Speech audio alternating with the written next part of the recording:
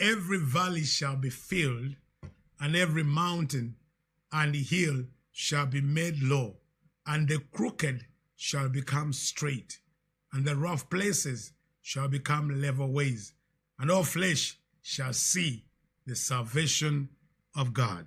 Praise the Lord. So I'm talking about, the things that have been made crooked because of iniquity.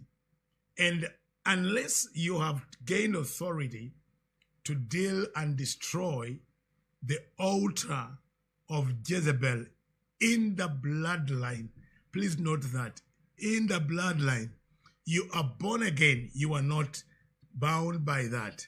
But it doesn't mean that altar is silent.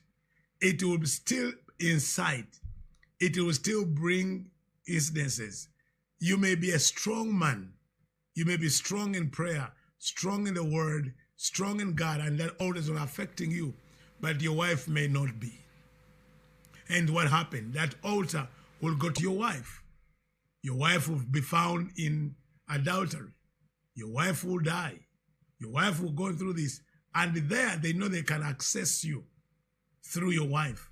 Maybe you may be strong, but your wife, your husband is not strong. So the altar of Jezebel will make him wicked, or will make him adulterous, or will make him promiscuous. And now the altar makes your husband, and then it hurts you. It brings things to you. Oh, that altar may go to your son or your daughter and begin to use them against you. So you can say, I'm born again, I'm not in that family, I'm okay, but your bloodline is not okay. And your son, your wife are all part of your bloodline. So the altar of Jezebel, it's a bloodline issue. It's a bloodline transaction. The trading with Jezebel, the trading with the Queen of Heaven, the trading with demons, the trading with mermaids in our bloodline, if they are not dealt with, if they are not destroyed, and you just ignore them, what happens? God is not judging you, make it to heaven. But listen to me. The altar of Jezebel will now make an alliance with the altar of Jezebel in your city, in your territory. So the bloodline altar, the territorial altar, now they make an alliance and they strategize against your life and your ministry. And then what will happen? You may not be directly attacked, but how about your wife? How about your marriage?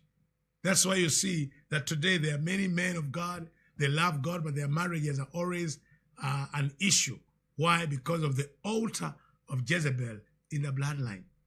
The altar of Jezebel in the bloodline. It is still active. When you got born again, it doesn't mean that altar was destroyed. You got born again, you're a child of God, you are going to heaven. That's okay. You have made it. But the people around you, your wife, your children, your husband, are not as strong as you are, or they're not even born again.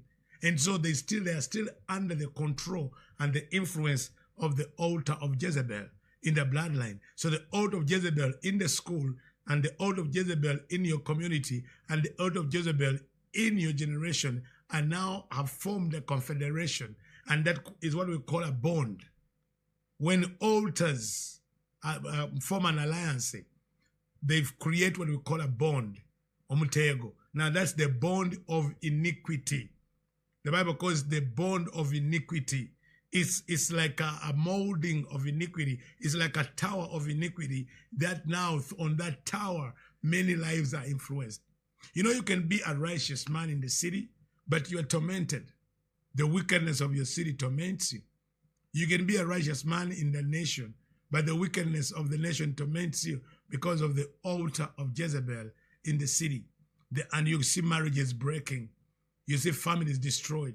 You see drugs, addiction, street violence, bloodshed, mind control, mind powers, and all that torments you and deny you the work you're supposed to do.